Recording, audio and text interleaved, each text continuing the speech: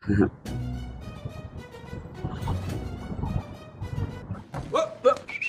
I come. Wala, hindi kasya doon yun. Ma'am, hindi kasya isang helmet doon. Late yun eh. Kuya, baka makita ng asawa niyo nakaganto ko sa inyo. Okay lang, ma'am. Sanay na po yun. Yun nga yung ano eh. Kaya ko siya nagustuhan eh. Kasi beautiful and understanding po siya. Sana all.